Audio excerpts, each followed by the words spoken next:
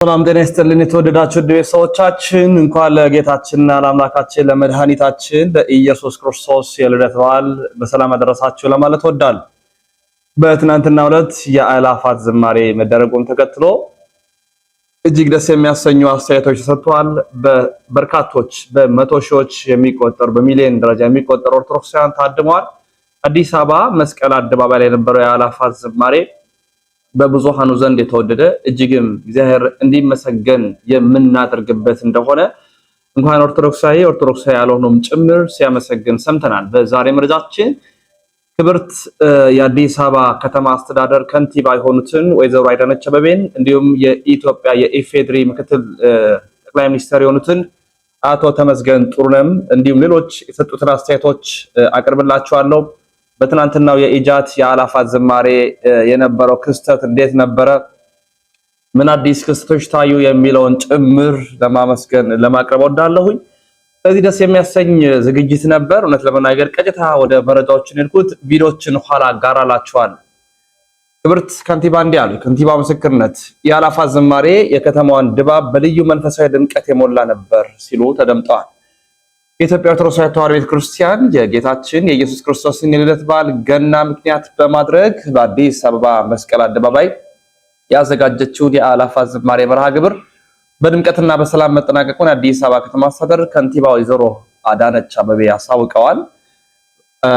ከንቲባዋም በሺዎች የሚቆጠሩ የሰንበት ትምህርት ቤት ተማሪዎች፣ ዘማሪያን፣ ምዕመናን በተገኙበት የተካሄደው የታላቅ መንፈሳዊ ጉባኤ የከተማዋን ልዩ ድባብ በመንፈሳዊ ድምቀት የሞላ ነበር በማለት ተናግረዋል። ከንቲባ አዳነች አቤቤ መርሃ ግብሩ በሰላም መጠናቀቁን አስመልክተው ባስተላለፉት መልእክትም ድንቅ እንደነበር የከተማዋ ገጽታ በእጅግ ማድመቁንም ተናግረዋል። አያይዘውም ዛሬ የኢየሱስ ክርስቶስ የልደት በዓልን በማስመልከት በአዲስ አበባ መስቀል አደባባይ በኢትዮጵያ ኦርቶዶክስ ቤተክርስቲያን በተካሄደው የአእላፋት ዝማሬ ድንቅ ነው፣ ከተማችን በጣም ደምቋል ሲሉ ምስክርነታችን ሰጥተዋል። በዚህም መሰረት ምንም ያለ ጸጥታ ችግር በሰላም እንዲጠናቀቅ አስተዋጽኦ ላደረጉ አካላትም ምስጋና የቀረበ ሲሆን ከንቲባ መልእክታቸውን የቋጩት ፈጣሪ ኢትዮጵያና ሕዝቦቿን ይባርክ በማለትም ጭምር ነው። እንዲሁም ደግሞ የኢፌድሪ ምክትል ጠቅላይ ሚኒስትር የሆኑት አቶ ተመስገን ጥሩነህም ደስ የሚያሰኝ እንደሆነና ወጣቱ እንዲህ አይነት እድል ቢመቻችለት ሃይማኖቱን የሚያንጸባርቅ እንደሚሆን ከሌሎች አጓጉል ነገሮች እንደሚርቅና እንዲህ አይነት መንፈሳዊ ስርዓቶችን ብንሰራ የተሻለ ተርፍ ለትውልዱ እናተርፋለን የሚል መልእክታቸውን አቅርበዋል። በእስልምናም ያሉ አንዳንድ በፕሮቴስታንት ያሉ በጎ ሰዎች በአእላፋት ዝማሬ የነበረው አስደናቂውን ክስተት ደስ በሚያሰኝ ምላሽ በገጽታቸው በፔጆቻቸው ሁሉ ሲያጋሩ ተመልክተናል። በውጪ አልጀዚራን ቢቢሲን ጨምሮ የተለያዩት ዘግበዋል። በቀጣይ ሙሉ አጠናክራ ያቀርብላችኋለሁ። የትናንትናው የአእላፋት ዝማሬ ክስተቶች እንዴት ነበሩ? አስደናቂውን ዝግጅቶች የቪዲዮ መረጃ አላቅርብላችሁ። ምንም ማለት ተከታትለን እንመለሳለን። አሁን ትናንትና ስትዘምሩ እንደው አንወሻሽ ለትንሽ ደቂቃ እንደዛ እየዘመራችሁ እዚሁ ብትኖሩ እንደው ደስ አይላችሁም ነበር? ይላል አይልም? ወይስ እኔ ብቻ ነው እንደዛ የተሰማኝ? እስቲ መልሱልኝ።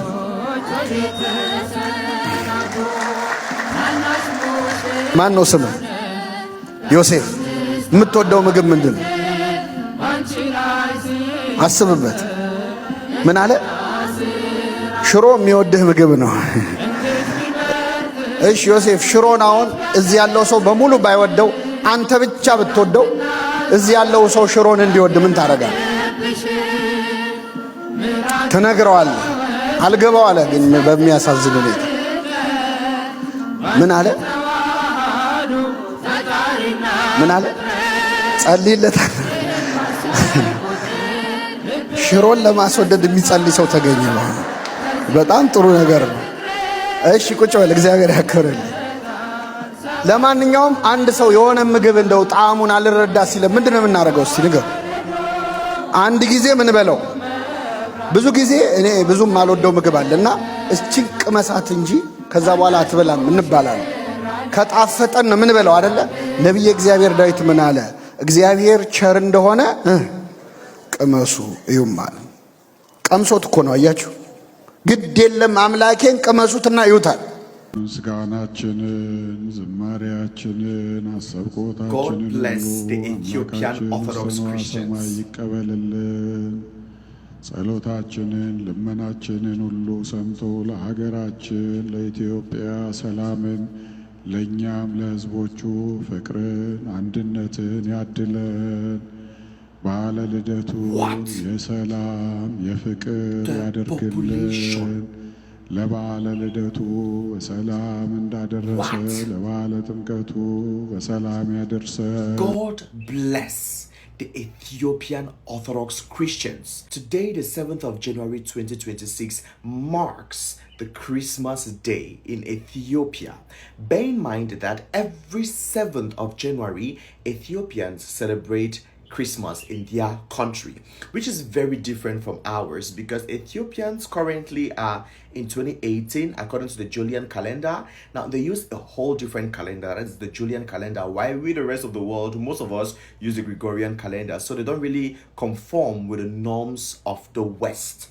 Also, come to think of the fact that Ethiopia was not colonized by the West during the colonization era, so they stick to their roots, to their people, to their traditions, to their culture. They are not being dictated upon by the West. So today marks the Gina. So Gina is how they call Christmas over there, and it is commonly celebrated by the Ethiopian Orthodox Christians. I mean, happy Christmas each and every one of you. But the population that you pull through, it is a beautiful time to say that God is indeed proud of Ethiopia, because hundreds of thousands of Ethiopians hit the streets. Hundreds of thousands of Ethiopians celebrate Christmas. Hundreds of thousands of Ethiopians prove to the world that once again Christianity wins. Thank you, Ethiopians. You all are so true and authentic. And I mean, big respect to you all. You all are doing amazing well. Once again, Merry Christmas to you all, Ethiopians.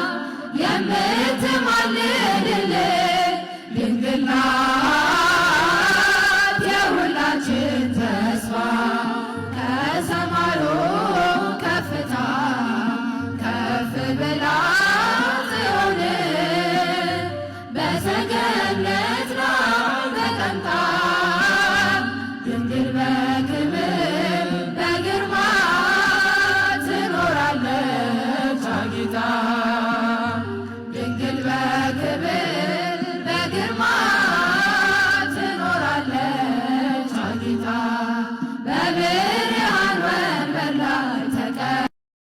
ቤተክርስቲያን መከራ በጣም በጸናባት ሰዓት ምእመናን በሚገደሉበት ሰማዕታት በሚሆኑበት ሰዓት እንዴት መዝሙር እንዘምራለን?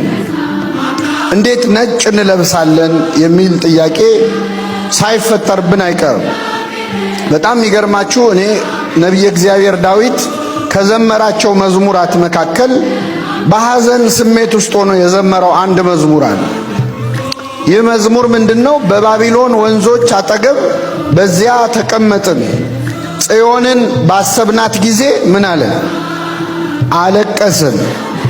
በአህያ ዛፎቿ ላይ መሰንቆቻችንን ሰቀልን ካለ በኋላ እንዴት እንዘምራለን ይላል። እስኪ አንዴ ከኔ ጋር በሉ፣ እንዴት እንዘምራለን? ዳዊት እንዴት እንዘምራለን ብሎ ዘመረ። እንዴት እንዘምራለን የሚለው ራሱ ምንድነው? መዝሙር ነው። መዝሙረ ዳዊት ነው። ዳዊት መዘመር ሲያስጠላው ራሱ ዘምሯል፣ አመስግኗል። ብሶቱንም ሐዘኑንም መከፋቱንም የገለጸው በዚያው በመሰንቆ በዚያ በበገናው እና ቤተክርስቲያናችን በመከራ ውስጥም በሐዘን ውስጥም ሆና ታመሰግናለች። ማህሌቷን፣ ቅዳሴዋን፣ ዝማሬዋን አቋርጣ አታውቅም። ጳውሎስና ሲላስ የታሰሩበትን እስር ቤት እኔ አንድ ጊዜ የመሳለም ዕድል አግኝቼ ነበርና እኔ የጠበቅኩት በጣም ትልቅ እስር ቤት ይሆናል በሚል ነበር። እስር ቤት ራሱ ለማለት ይከብዳል። ጉድጓድ ውስጥ ነው የታሰሩት። ጉድጓድ ውስጥ ነው የታሰሩት። እግራቸው ደግሞ በብረት ከመሬት ጋር ታስሮ በሰንሰለት ማለት ነው። በዛ ስቃይ ላይ ሆነው ግን ይዘምሩ ነበረ። ታስረዋል እኮ እየተሰቃዩ ነው፣ ግን ለእግዚአብሔር ይዘምሩ ነበር። በመዝሙራቸው ምክንያት የነሱም የሌሎችም እስረኞች ሰንሰለት ምን አለ? ተፈታ። መዝሙር ሰንሰለት ይፈታል። እግዚአብሔር ዝማሬያችንን በሀገራችን ያለውን ሰንሰለት የሚፈታ ያድርግልን። መዝሙር ሰንሰለት ይፈታል። የእስር ቤቱ ወለል በር ወለል ብሎ ተከፈተ ይላል። እንዲያውም እስረኛ ያመለጠ መስሎት ራሱን ሊያጠፋ ጠባቂው ሲሞክር በራስ ላይ አንዳች ክፉ ነገር እንዳታደርግ ሁላችንም እዚሁ ነው ያለነው ብለው ገሰጹት ይላል። ተንበርክኮ ተደፍቶ ጌቶቼ ሆይ ድን ዘንድ ምን ማድረግ ይገባኛል ብሎ ተናግሮ ወደ ክርስትና የተመለሰው በመዝሙር ምክንያት ነው። መዝሙር እስር ይፈታል። ምናልባት በግል ባንታሰር ነፍሳችን ታስራለች። ከኃጢአት ማሰሪያ እግዚአብሔር የሚፈታን አንዱ በዝማሬ ነው፣ በጸሎት ነው። በምስጋና ውስጥ የሚፈታ እስር አለ። ኢትዮጵያዊው ሊቅ ቅዱስ ያሬድ መዝሙር እየዘመረ እያለ እግሩ እየደማ ነበር አይደለም? እግሩ እየደማ ደሙ እየፈሰሰ ነበር። ጦር ተሰክቶበት መዝሙር አላቆመም። ከያሬድ ነው የተማርነው ይሄን። ጦር ተሰክቶበት ይዘምር ነበር። በተመስጦ ሄዶ ነበር። ቤተ ክርስቲያን አሁንም ድረስ የተሰኩባትን ጦሮች የምትረሳው እኮ በያሬድ ዜማ ነው። ታውቃላችሁ? አሁንም በቅዳሴው ነው። አሁንም በማህሌቱ ነው። ሰማዕታቱ ሲገደሉ እየፈሩ የተገደሉ ይመስላችኋል? ለ300 ዓመታት ዘመነ ሰማዕታትን ሂዱና አንብቡ። እየዘመሩ ነበረ የሚያመሰግኑ። እንደውም አብዛኞቹ በመጀመሪያዋ 300 ዓመታት የነበሩት ክርስቲያኖች አብዛኞቹ ለሚገደሉበት ቀን ነጭ ልብስ አዘጋጅተው የክት ልብስ አዘጋጅተው ይጠብቁ ነበር። እየፈሩ ሳይሆን እየዘመሩ እያመሰገኑ አንገታቸውን እንደዚህ ኮሌታቸውን ዝቅ አድርገው በደስታ ሆኖ ነው ሰማዕትነትን የተቀበሉ። በረከታቸው ይደረበት። ስለዚህ ቤተክርስቲያን እንደዚህ ነው የኖረችው ማለት እንደዚህ ነው የኖረችው። በኋላም ደግሞ ሰማዕታት ሄደው ከክርስቶስ ፊት ሲቆሙ ምን እንደሚፈጠር ሂዱና አንብቡ። ዮሐንስ ራእይ ምዕራፍ 6 ላይ ስለ ክርስቶስ መስክረው የታረዱትን ነፍሳት አየኋቸው ይላል ቅዱስ ዮሐንስ። አሁን ሰሞኑን በምስራቅ አርሲ የተገደሉትን ባለፉት ዓመታት በሻሸመኔ የተገደሉትን በየስፍራው እዛ ሊቢያ በረሃ ላይ ተንበርክከው ብርቱካናማ ለብሰው ተንበርክከው እያያናቸው በቪዲዮ እየተቀረጹ የታረዱ ወንድሞቻችን ኢትዮጵያውያን፣ ኤርትራውያን፣ ግብፃውያን የት ገብተው ይሆን? አሁንም ያንን ብርቱካናማ ለብሰው ይሆን? አይደለም። እኔ አላየኋቸውም። ዮሐንስ አያቸው። አየኋቸው አለ። የሰራዊት ጌታ እግዚአብሔር ሆይ እስከ መቼ አትፈርድም? ደማችን እስከ መቼ በምድር ላይ ይፈሳል ብለው ጠየቁ።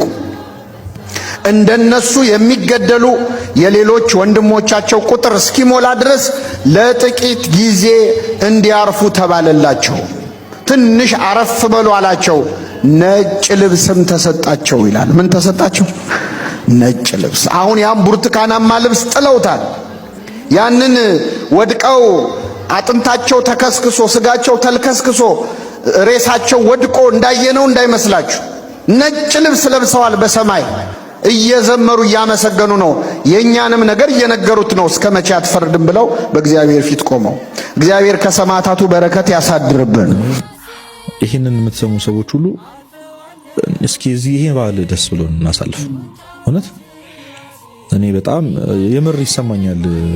በዓል ሰሞን የሚከፋቸው ሰዎች በዓል ሲደርስ አይኖ የሆነ ትራውማ ይኖራል። የዛ ዕለት የተፈጠሩ ነገሮች ይኖራሉ። ያለፉት ነገሮች ምናምን ሁሉን ረስቶ ሴሪሞኒውን ትተን ምግብ መጠጡን ትተነው ጌታ ስለተወለደ ብቻ ክርስቶስ ስለተወለደ ብቻ ደስ ይበል። በጌታ ደስ ይበላችሁ አይደል ያለው? ለኔ ብሎ ሁሉን የፈጠረ አምላክ ሰው ሆኗል። ከሰውም በበረት ውስጥ ተወልዶልኛል።